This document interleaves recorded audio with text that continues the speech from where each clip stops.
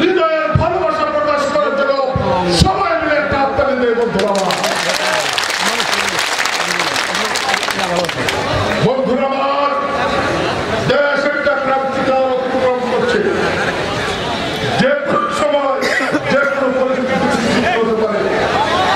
যে আশা প্রত্যাশা নিয়ে আমরা 24-এর আন্দোলনে যোগদান করেছিলাম, মুক্তির লড়াইয়ে অবতীর্ণ হয়েছিলাম, আমাদের দলের 4 সহস্রাধিক নেতা কর্মী জীবন দিয়েছিল, সেই আশা সেই ভবিষ্যৎ থেকে ষড়যন্ত্র চলছে। আপনারা যারা মনে করেছেন বিএনপি ক্ষমতায় চলে এসেছে, আপনারা কিন্তু বোকার সঙ্গে বাস করছেন।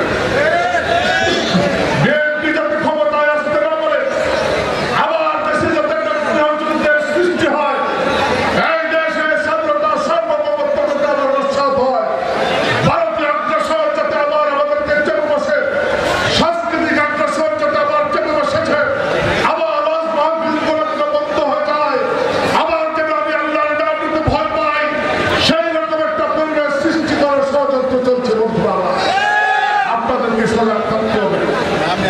আমি তাহলে 7টা ইউনিয়নের সম্মেলন যখন হয়েছিল, ওই 7টা ইউনিয়নের সংকট থেকে উত্তরণের যে কমিটি হয়েছিল, সেই কমিটির আপনারা ছিলেন আমাদের জন্য।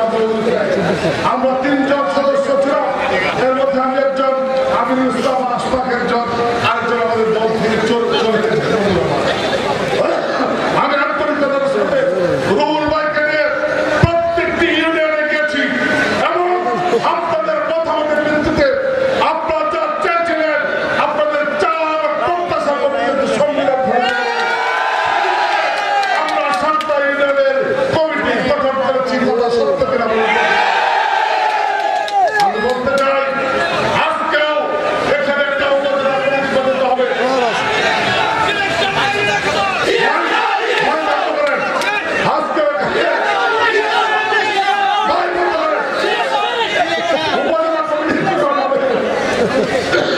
এখানে আমার নেতা হাবিবুর রহমান সাহেবের বক্তব্য আছে, যিনি আপনাদের সদস্য। এখানে আলম ভাই বক্তব্য আছেন, যিনি তারেক রহমানের বিশ্বস্ত সহচর। এখানে ওয়ারাসের রহমান বক্তব্য আছেন, যিনি এই দলের জন্য জীবন প্রাণ লড়াই করেন। এখানে আমাদের একান্ত বক্তব্য আছেন, যিনি রাজপথের সাহসী যোদ্ধা। এখানে আমাদের দলের রাষ্ট্রীয় সাধারণ সম্পাদক মাথার ইসলাম উপস্থিত আছেন। আপনাদের মতামত দেওয়া হবে। দলের নেতৃত্ব একটা সুচিন্তিত মতামত দিয়ে আজকে যে কমিটি গঠন করবেন, সেই কমিটির মাধ্যমে আগামীতে তারাইলে বিএনপিকে ক্ষমতায় নেওয়ার জন্য, ভোট এবং ভাতের অধিকার প্রতিষ্ঠা করার জন্য। বন্ধুরা আমার, তারাইলে কিন্তু সোনান দেওয়ালের বাড়ি, একজন সোনান দেওয়াল আছেন আপনারা, যিনি এই হাসিনার সাথে বারবার আঘাত করে ষড়যন্ত্র করে বিএনপিকে ক্ষমতার বাইরে রেখেছে। সেই সোনার নেওয়ালের সাথে যারা সক্ষতা রেখে এখানে দল করেন, এই সোনার নেওয়ালের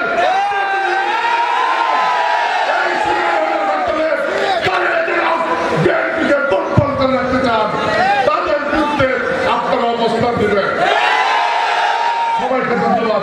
আসসালামু আলাইকুম।